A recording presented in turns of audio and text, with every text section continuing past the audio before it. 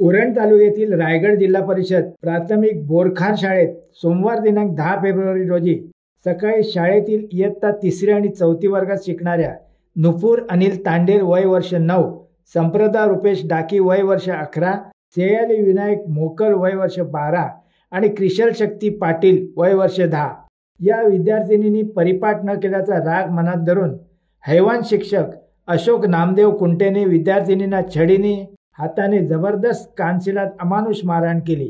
मुलींच्या शरीरावर लाल आणि काळे वळ आले आहेत।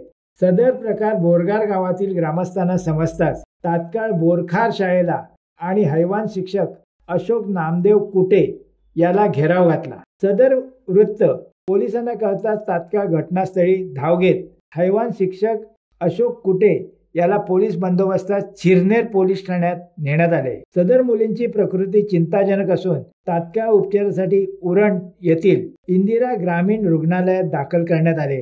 सदर शिक्षक बोरखार शाळेवर गेल्या 5 वर्षांपासून कार्यरत असून त्याची बदली का झाली नाही, त्याला कोणी पाठीशी घालत आहे का? तसेच या अगोदर या शिक्षकाने असेच प्रकार केलेले आहेत। त्याची सखोल चौकशी करून निलंबित करण्याची मागणी बोरखार विंधणे ग्रामपंचायतचे सरपंच सौ निसर्ग रोशन डाकी आणि राष्ट्रवादी नेते मच्छिंद्र ठाकूर आणि ग्रामस्थांनी लेखी पत्राद्वारे रायगड जिल्हा शिक्षणाधिकारी यांना केली आहे।